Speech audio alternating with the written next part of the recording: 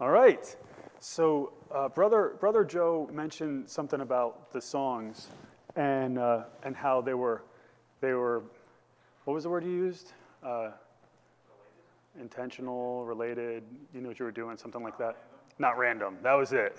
That was the word. Not random. And really, sometimes it's funny because we're not thinking in terms of, we're just maybe, I gotta find some songs, some stuff that I'm familiar with or whatever else. And yet they end up, like, humanly speaking, accidentally get chosen, right, to be about something that really makes sense in light of what we're looking at. So tonight, we're looking at this idea of fear, and the opposite of fear really is, I don't know if we could say opposite, but it kind of seems like it would be an opposite. The opposite of fear would be, faith, trusting, confidence, something like that, right? And so what we find is that fear often is a lack of faith, right? Fear is often, you're kind of like, if I'm afraid of something, I'm not trusting in, sometimes I'm not trusting in the Lord or that type of thing. Fear can cause us a lot of harm. It can cause us to fret, to worry like crazy. It can cause us to reason poorly and make some bad decisions. It can cause some people to make some seriously ungodly decisions. Some people use fear for their advantage. Some people try to drive a little fear into people to get them to do what they want. Sometimes that happens in all different areas of life, but fear can cause panic attacks, heart attacks, worse even. And most of the stuff that we end up being afraid of never even happens. Am I right about it? Most of the things you end up worrying about, it never actually comes. Actually, you can make things worse for yourself by being afraid. As I mentioned, it can be said that fear is the opposite of faith. And if you're trusting in the Lord, then you're resting your fears on Him. But most people give in to fear. Some people give in to like a debilitating fear, like they can't do anything. They're so afraid. In today's passage, a king, the highest political office in the land, he feels fear. He feels fear. And, it kind of makes a little bit of sense to a certain extent because I don't know why why would Donald Trump want to be the president? Like, you got to be crazy. You got to be nuts to want to do something like that. But he wants to do it. He wants to do it for the good of the country. But why would you have everything you need. You have all the money that you'll ever need and then some. And you're going through all this to be the president, and maybe there's some reasons there that aren't so great, and I don't know what's in his heart. I wouldn't want to be president because I'd be afraid someone would assassinate me, right? When I was a kid, I wanted to be rich and famous, right? And fame was something. I was talking to one of my kids, I think I was talking to Josh a few months ago, and I was like, you know what? I do not want fame. I'm not interested. Because with fame comes trouble. I like obscurity. I kind of like being somebody nobody knows. So I could live my life and do my stuff and, you know what I mean, without like fear of someone trying to murder me or something like that, right? So, if you're the king, that's a real thing. That somebody could kill you or assassinate you and replace you. So what we're going to see is King Jeroboam of Israel feeling fear, and we're going to see how he responds to that fear. Is he going to place his faith in the Lord, or is he going to let his fear consume him? Now, it's the year 930. If we're looking at our timeline, and my timeline's going from top to bottom through the kings. It's just easier with this program to do it that way. We're talking about 120 years as a nation at this point. Israel's been a nation and most of that time, there's been a lot of unity. Some of that time, there was some division. Solomon's son Rehoboam could have become a servant of the people. He could have united the people, but instead he divided them. And now he listens to the to the advice of his. Instead of listening to the wise people, he listens to the younger, less mature people. It causes division, and what you end up with is two nations. And basically all this, what would you call this? Orange or yellow? Who says orange? Who says yellow? So we have a couple of, okay, orangish yellow, we'll say, or yellowish orange, I don't know. This orangish, whatever color this is the northern kingdom of Israel, and this pinkish, reddish, whatever, what would you call that, red? Salmon. What is it? Salmon. It kind of looks like raw salmon. I love raw salmon on top of little rice, just a little rice, not a lot of it. But this is Judah. So here, King Jeroboam is ruling over all this area and 10 tribes of Israel, and King Rehoboam, who should have been ruling all of it if he had any type of wisdom, but instead he's only ruling over 2 tribes, the tribe of Judah and the tribe of Benjamin, and that's considered the nation of Judah. So Israel and Judah are divided now, and the thing is, though, you might remember that Jeroboam, the king of, and today we're dealing with the king of the north. We're dealing with the king of Israel, not the king of Judah. And in fact, when you go through the kings, you spend a lot of time with these kings up in the north. We don't really spend a ton of time with the kings of Judah. You see a lot about the kings of Judah over in Second Chronicles, First and Second Chronicles. But here in the Kings, we're spending a lot of time here in the north, in Israel, and we're dealing with Jeroboam. And Jeroboam has been blessed. He has been anointed by God as king. He's been told that God would bless him if he remains faithful. That's what we have from Jeroboam. So Jeroboam really has some words from the Lord right now that are pretty encouraging words, like God has chosen you to be the king, and he's going to bless you, and you're going to have a perpetual kingdom as long as you serve me. But Jeroboam, again, experiences fear. And he begins to be afraid of his neighbor to the south, Judah. And that makes sense because, listen, basically they live across the street from each other, so to speak. You know what I mean? Like they're neighbors, and now they're kind of rivals here. These 2 tribes in the south are, or at least have become, a very great threat to him. And so Jeroboam builds up and he fortifies some cities. Check this out. Then Jeroboam built Shechem in the hill country of Ephraim and lived there. And he went out from there and built Penuel. Now, you might remember that Jeroboam was a little bit, just kind of bringing you back, Jeroboam was a political refugee, right? Who did he flee from? From whom did he flee? Solomon. Remember, Solomon kind of put him in charge of the forced labor, at least a portion. He had some authority there. He ends up doing his job really well. He becomes anointed to be the next king, and he has to flee from Solomon. So he spent some time in Egypt. He knows what it's like to be kind of on the run. He knows what it's like to have to flee his homeland, to be a political refugee, and he doesn't want anything like that happening again. And so he builds Shechem in the hill country. Now, we looked at Shechem last week a little bit, and if we're going to open up and we're going to kind of look in at the map, we're going to see, I'm going to kind of zoom in on the border of Israel and Judah. Just to remind you, can you see that? You can see that? I don't know if they can see that at home, but whatever. That's yellow. It's yellow.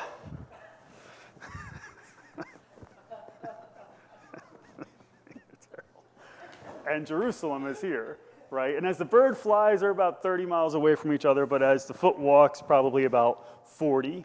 And just as a quick reminder, it's Shechem is this little hill right in the middle of right between Mount Gerizim in the south and Mount Ebal in the north. It takes about a day and a half to get there from Jerusalem, so it's really not far from the capital of Judah. And it has some significance, which we talked about last week. For instance, this was the first place that Abraham stopped when he came into the promised land. It was the burial place of Joseph. It's the place where Israel renews the covenant with God in Joshua 24. But if we kind of go back to our map here, we're going to see that Shechem is centrally located. And so there are roads set up pretty much leading in every direction. It's easy to access. It's fairly easy to defend because of the layout of the land where it is in the hill country of Ephraim. And so this becomes the capital. So Jeroboam makes it the capital of his nation, and he fortifies it. And that makes sense because it's kind of, there's some territory surrounding you. It's harder to get to you from there. He also builds Penuel, if you look at verse 25. Now, we're setting a little context here.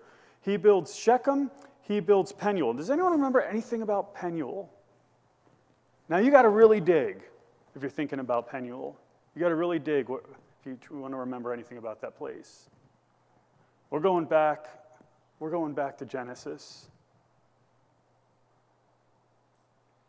When I say it, you'll remember it. All right, trust me. So let me show you where it is first. If this is Israel and we're moving in, we're zooming in here, and Jerusalem is in this area, right? This is Jerusalem. Well, if you kind of go up the Jordan River Valley from the Dead Sea area, and you follow the Jabbok River, right at the mouth of a canyon is the town of Penuel. And this is the place where Jacob met and wrestled with a man and called it the face of God, right? So some people would say that he was actually wrestling with God, and if you want to have that conversation, you could have that conversation. I would kind of point you back to the message that I don't really think I gave a great answer in that message, but point you back to that message that I preached back in Genesis. I could get you the passage, and I'm sure we could get it for you. But anyway, Penuel was kind of an important city, and if you go to this map, it's not on this map, but it's right a few miles east of this city, Succoth. All right, and so this is what we have. We have a city being built here and fortified. That's the capital city. We have a city being built on the other side of the Jordan River. So these are kind of like, there's like a military reason behind this. Right now, you really need to fortify stuff coming from this direction because they're like one of your biggest rivals right now. The Phoenicians, you don't really have to worry about a whole lot because they don't really want to fight with anybody. Okay, they're peaceful people for the most part. They're self-sustaining because of the cities of Tyre and Sidon and stuff like that. So you don't really have to worry about those guys a whole lot. But you do have to worry about the Arameans, the Syrians, and you do have to worry about the Ammonites, and you do have to worry about the Moabites. No, why? The Syrians, the Ammonites, the Moabites, and you kind of a little bit have to worry about the Edomites a little bit. All these guys to the east, all these guys at some point or another, they want to fight with Israel. And so to fortify a city over here on the other side of the Jordan River, to kind of build a fort there, it makes sense militarily speaking. So far, like, there's nothing really wrong with what we're seeing. He's building a capital city, a defensible capital city. He's building a defensible fort on the other side of the Jordan River to deal with political enemies on the east of the Jordan, all right? Later kings will do the same type of thing. Now let's imagine he's here, and we'll get to the real stuff here in a second. But let's imagine he's in Shechem, and let's imagine too that Israel comes up, and he has to flee. Sometimes that has to happen. Sometimes he could flee over here into Penuel and really kind of be safe a little bit from the king. It's really a highly defensible fortress here. Kind of reminds me of something that Herod would do when he built the fortress city of, someone tell me what city this is? Anybody? Maybe this helps you out. Masada, right? What do we know about Masada? Well, first, Herod builds it, right? He builds it as like a desert fortress in case he has to flee there. But in the year 70 AD, the Romans come in and they destroy Jerusalem, and a whole bunch of people hide out here. And it takes the Romans 3 years to take this place down. And they build up a ramp to the city, and you can kind of see that ramp. Actually, you can't see that ramp. See that little zigzag thing? That's the snake path. So you can take a cable car up, and that's how I got up, and down, or you could take the snake path. And that snake path is some crazy. One day I'm going to go back and I'm going to take that snake path when I'm a little more confident. I wasn't confident. When I got off the thing, the cable car platform, I'm like against, the wall, because you just see like the whole thing down. No way, just let me get off this platform. But it's almost impossible to get to in the ancient world. So they would build these forts, to protect themselves. Well, Jeroboam realizes that he needs to move quickly because the people of Israel, or the people of Judah, are a threat now. And so he fortifies his capital city. He fortifies a city on the eastern front, and he's paranoid. Jeroboam's paranoid. So Jeroboam says in his heart, now the kingdom will return to the house of David. Well, what's the basis? We'll come back. What's the basis of him thinking that the kingdom's going to return to David? Do we have anything that suggests that at this point? I mean, we haven't seen anything necessarily. He just starts getting paranoid that the people are going to follow David, that they're going to return to Judah. And you know what they're going to do if they return to Judah? You know what they're going to do to Jeroboam? They're going to kill him. They're going to kill Jeroboam, right? So he's afraid that the people are going to return to Judah. And he says, if this people go up to offer sacrifices in the house of the Lord at Jerusalem, and again, let me show you, we're dealing with the northern kingdom of Israel, and just a couple of miles from, even, 30 miles as the bird flies from the capital city of Israel, and 7 miles or so as the bird flies, like 7 miles or so into enemy territory at this point, is Jerusalem. The place where all the Israelites are supposed to go to worship the Lord.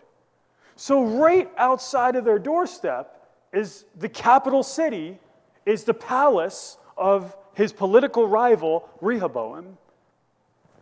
So he says, if this people go up to offer sacrifices in the house of the Lord at Jerusalem, where they should be offering sacrifices, then the heart of this people will return to their Lord. Isn't that interesting language? The heart will return to their God, even to their king, even to Rehoboam, king of Judah, and they will kill me and return to Rehoboam, king of Judah. So he's afraid they're going to kill him. He's afraid that there's going to be, can we use the word mutiny? That's a pirate term, right? That's for sea stuff, right? A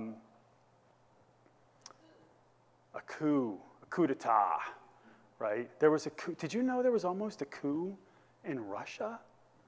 Like just a few weeks ago? Did anyone read about that? There was this guy, what's his name? I can't think of his name. He was taking the army and going towards Moscow, and basically was convinced to stop. And from what we understand right now, he's missing. Big surprise! He shouldn't have stopped. He should not have stopped. He should have sacked Moscow, and he should have taken down Putin. But he didn't. And it looks like, now I don't know this for sure. Nobody really knows this for sure as far as we know.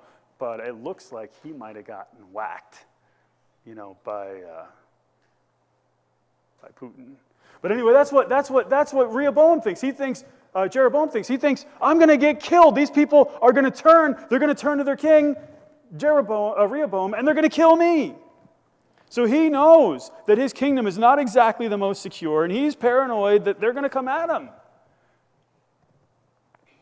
All who gain power are afraid to lose it, even the king of Israel. And so it's a great error that he makes because God has anointed him to be the king.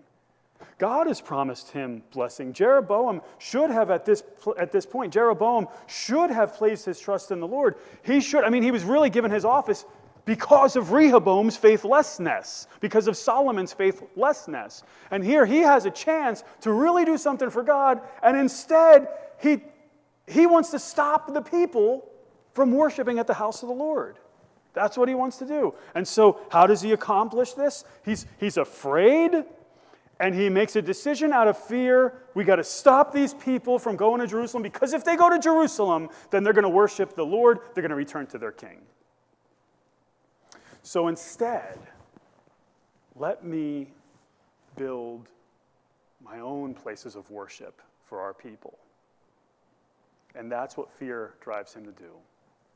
Fear drives him to build and to create his own system of worship. Look at verses 28 and 29. Fear leads to, in this case, idolatry. And in a lot of cases it leads to idolatry. So the king, this is King Jeroboam of the north of Israel. So the king consulted and made 2 golden calves. And he said to them, "It is too much for you to go up to Jerusalem." And again, up is geographically, topographically up into the mountains. Okay. "It is too much for you to go up to Jerusalem. Behold your gods, O Israel, that brought you up from the land of Egypt." He set one in Bethel, and the other he put in Dan. He makes 2 golden calves. Does that sound familiar? That sound familiar? Someone tell me how that sounds familiar. Where does that come from? I feel like I've read that before somewhere in the Bible. If I was paying attention, I feel like I have. Can't quite put my finger on it. Can someone help me out? Bible trivia for 100? Exodus. In the Exodus? All right. Check it out. Exodus 32. Got the chapter right, too. I think that earns a couple of photos. A wink. I like that. Now, when the people saw that Moses delayed to come down from the mountain, the people assembled about Aaron and said to him, "Come, make us a god who will go before us. As for this Moses, the man who brought us up from the land of Egypt, we do not know what has become of him." Aaron said to them, "Take off the gold rings which are in the ears of your wives, your sons, and your daughters, and bring them to me." Then all the people tore off the gold rings which were in their ears and brought them to Aaron. He took this from their hand and fashioned it with a graving tool. He fashioned it. He made it. He created it. What's he later say? "In the fire went the gold, and out came this calf." I don't know really how it happened, but this is what happened. I don't really know how. He took a graving tool. What an absolute, right? Like, it's just a lie. Is this what it looks like to us? Unless we're missing something. He fashions the graving tool. He's cutting, he's banging, he's making this thing. And then later on he's like, out came this calf. I don't know what happened. He fashioned it with a graving tool and made it into a molten calf. And they said, "This is your God, O Israel, who brought you up from the land of Egypt." That was the year 14, right around the year 1446. It's now right around the year 930 or so. What's 1430 minus 930? 1400 minus 900. 14 minus 9 is 5. Add the hundreds back in.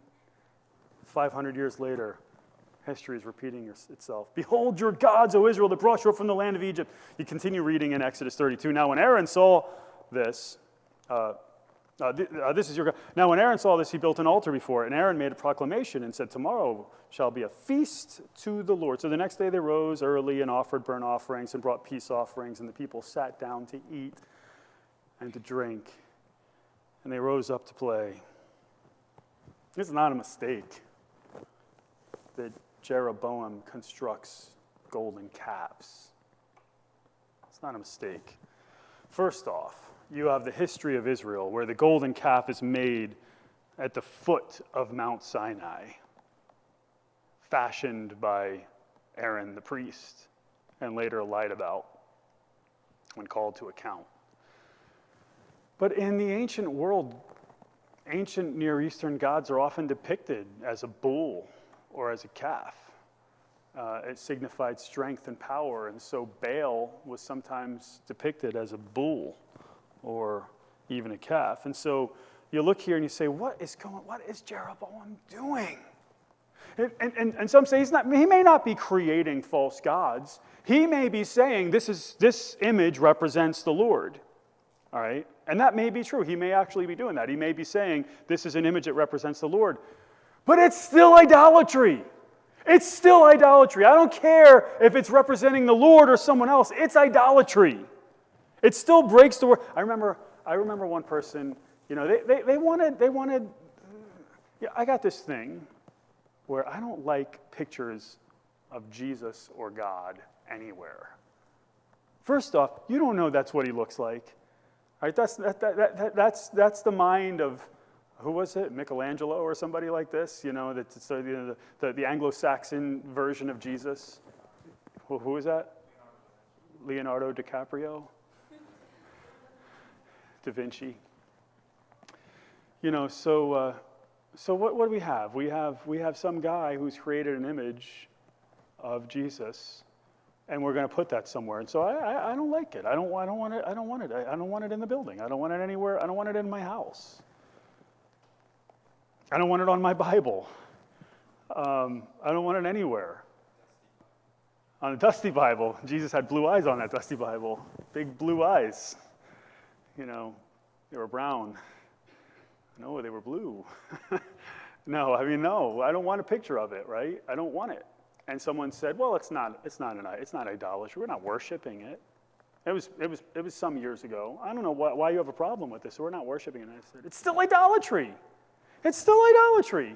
You're making an image that's supposed to be representing God, and it's not him. And if you're worshiping it or you're not worshiping it or whatever, it's still idolatry. I don't want it. I don't want it around. I'm sorry. I have a few things. There's a lot of things I don't really make a big deal of. I make a big deal of this. All right? And it's just you're going to have to accept that because it's not changing. It's never going to change.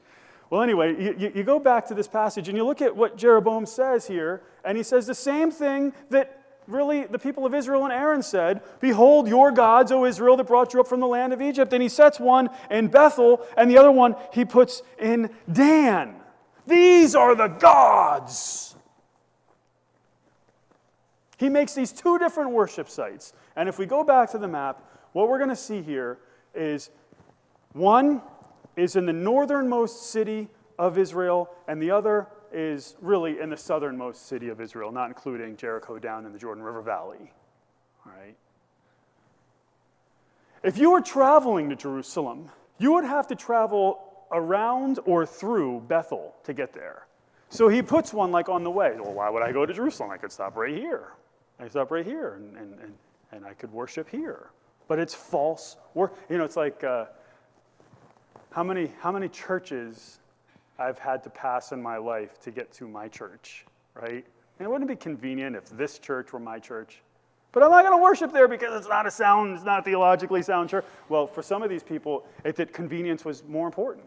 Convenience was more important. And Jeroboam knew that convenience mattered because to get to Jerusalem was not easy. It was not easy. It took some time. And so he sets up these altars. And Bethel was, by the way, Bethel, Bait in Hebrew, Bait El, house of God, right? Bethlehem, Bait Lechem, house of bread, right? Bethlehem's the house of bread.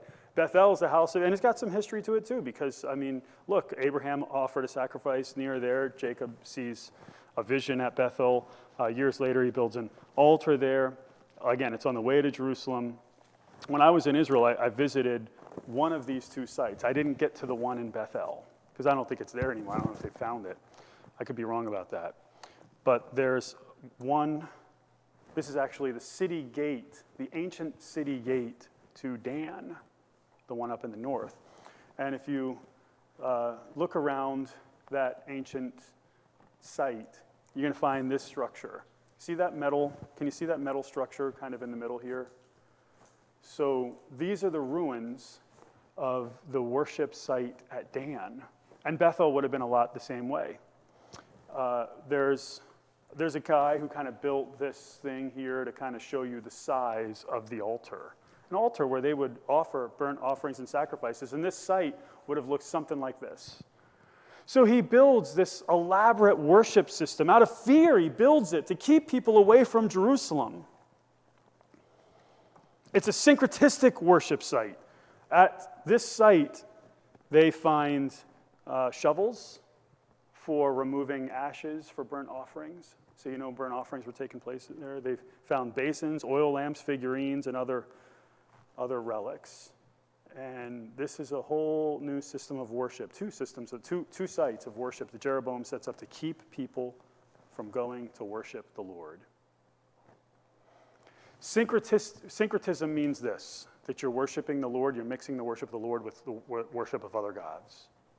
And that's what Jeroboam does. And it is against what God says. If you go to Deuteronomy, you see this. You shall seek the Lord at the place which the Lord your God will choose from all your tribes, to establish his name there for his dwelling, and there you shall come. And of course, we know that that place would eventually be the place where they would worship, where they would seek the Lord. At this point, it's Jerusalem, and that's pretty clear. There, and before that, the tabernacle was set up at different places like Shiloh and wherever else. But now the Ark of the Covenant has been brought into the temple and the people and in Jerusalem, and the people are worshiping the Lord there. There you shall bring your burnt offerings, your sacrifices, your tithes, the contribution of your hand, your votive offerings, your free will offerings, and the firstborn of your herd and of your flock. There also you and your household shall eat before the Lord your God and rejoice in all your undertakings in which the Lord your God has blessed you. There in Jerusalem, the place where the Lord's, the Ark of the Covenant is.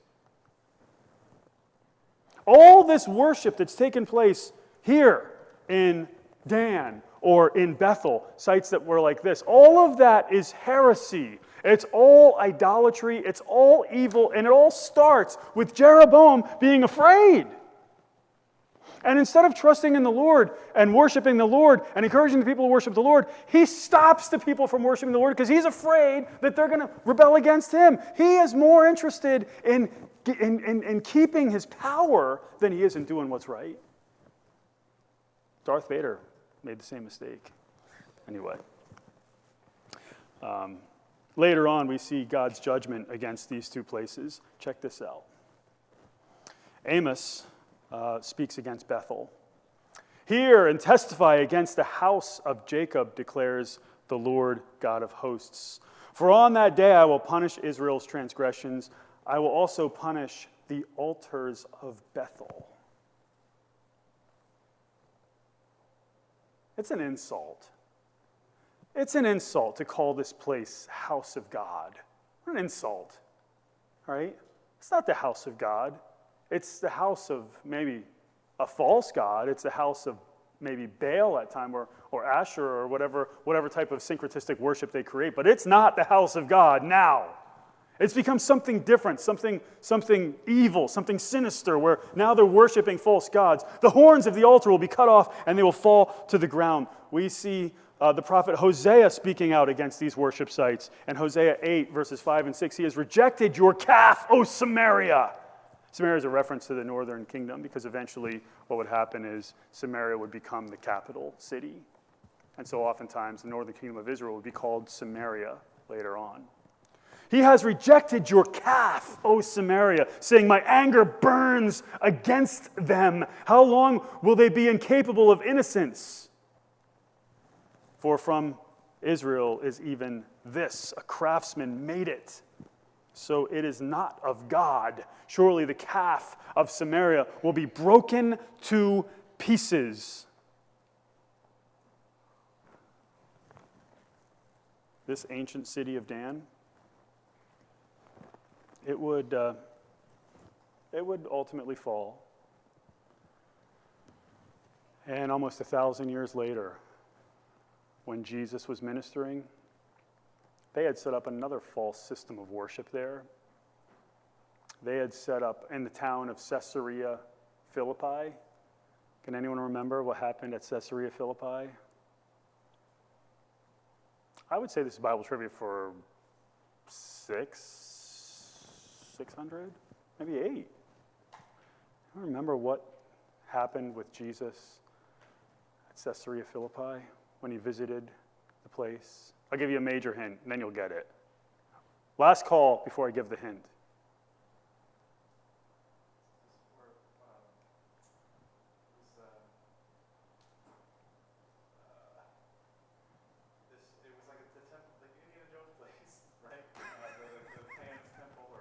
Oh, yeah, okay, yeah. There they would set up a temple to Pan or to the god Mot, or right? But do you remember what happened in the Bible there? Well, isn't this where Peter Yes. made the confession? Do it. Where Peter made the confession that he is the Christ? Where Jesus says, "Who do men say that I am?" And Peter says, "Thou art the Christ, the Son of the living God." It happens here. Later on here, at what would later, we're close to this at least, right outside of the city of Dan and the New Testament city of Caesarea Philippi, where they're still worshiping false gods in the time of Jesus. Jeroboam should have known better. He should have known better than to set up an idolatrous system of worship, let alone two of them. But he sets up idolatrous worship sites, and he sets up an idolatrous priesthood in verse, let's go, we didn't read verse 30. Now this thing became a sin, for the people went to worship before the one as far as Dan. So he makes up this, he creates these two false worship sites, and then he sets up idolatrous priests. And he made houses on high places and made priests from among all the people who were not of the sons of Levi. Now we could go back and look at what God says about that, but for time I won't. So he's installing just anybody to be priests against what God says. Jeroboam then institutes a feast, his own feast. Now, Israelites had to go 3 times for the pilgrim feast, 3 feasts a year. Jeroboam doesn't want them going to Jerusalem, so he creates his own feast for the people to go to. Jeroboam instituted a feast in the 8th month, on the 15th day of the month, like the feast which is in Judah. And he went up to the altar, thus he did in Bethel, sacrificing to the calves which he had made. And he stationed in Bethel the priests of the high places which he had made. Then he went up to the altar which he had made in Bethel on the 15th day in the 8th month, even in the month which he had devised in his own heart. And he instituted a feast for the sons of Israel and went up to the altar to burn incense. In the end, his fear, his thirst for power, his desire to keep his power caused him to move towards idolatry, and it would cost everything. Listen to what God writes in 2 Kings 17. Now it's around 930. We're moving up about 200 years. About 200 years. The people of Israel are conquered by the Assyrians. They did not listen, but stiffened their neck like their fathers who did not believe in the Lord their God. They rejected his statutes, his commands, and his covenant, the agreement that he made with them, which he made with their fathers, and his warnings with which he warned. They rejected them, and they followed vanity and became vain and went after the nations which surrounded them, concerning which the Lord had commanded them not to do like them. They forsook all the commandments of the Lord their God and made for themselves molten images, even 2 calves, and made an Asherah and worshipped all the hosts of heaven and served Baal. Then they made their sons and their daughters pass through the fire and practiced divination and enchantments and sold themselves to do evil in the sight of the Lord, provoking him. So the Lord was very angry with Israel and removed them from his sight. None was left except the tribe of Judah. And it all starts with Jeroboam. It all starts with his sinful response to fear. It all starts with paranoia, fear of the here and now. And instead of trusting in the Lord, instead of turning to him, instead of placing his faith in him, he wants to keep the people away from God because that is his answer. That's what he thinks. He's not thinking spiritually. He's not thinking in terms of what God says. He's thinking in terms of logic, political maneuvering, logic. It makes sense to keep the people from Jerusalem, to keep them out of the capital of our enemy. But it doesn't make sense to keep them away from the Lord. In this passage, Jeroboam's fear and paranoia lead to idolatry. He should have trusted the Lord. Instead, he trusted his own devices. He should have feared God. Instead, he feared what man could do to him. And ultimately, it led to an idolatrous system of worship, which ultimately led to Israel's destruction, their complete destruction, only 200 years or so later. Something like that happens to people today. They're afraid of what the future brings. They're afraid they won't make enough money. And so they choose to work instead of worship. And that's idolatry. It really is. It really is a form of idolatry. Parents will choose to work instead of maybe, raising. I understand in some cases it's impossible, but they will choose to sacrifice their children on the altar of prosperity, someone said. In other words, we could have two incomes. Yeah, let Caesar have them. Let Caesar raise them. Let Caesar teach them.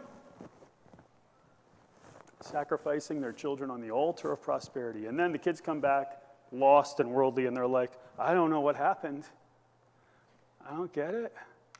They were such good kids when they were in Awana, memorizing verses in 3rd grade. I don't know what happened to them. I know what happened. You sacrificed them on the altar of prosperity. That's what happened. That's what happened. People are afraid of what people will think of them, and so they make compromises to blend in with the world, and that is idolatry.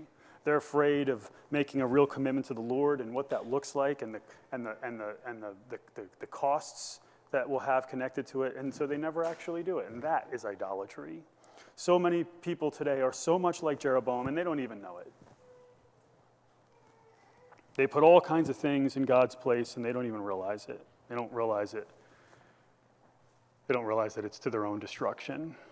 But one day they'll stand before God and answer, and one day they'll face his judgment because of their idolatry.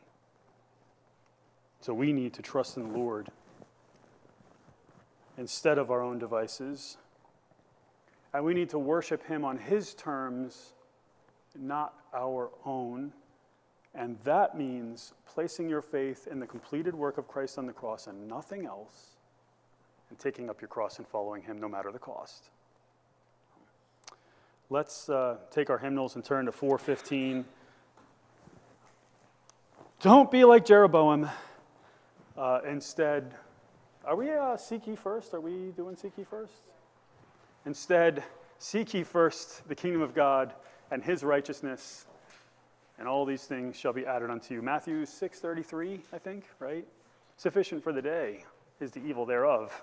The next verse says, so there's enough things to worry about. You worship the Lord first. You seek him first. You don't seek your own advancement. You don't seek political advancement. You don't look at human wisdom when it stands against what God says. 4:15, stand and sing.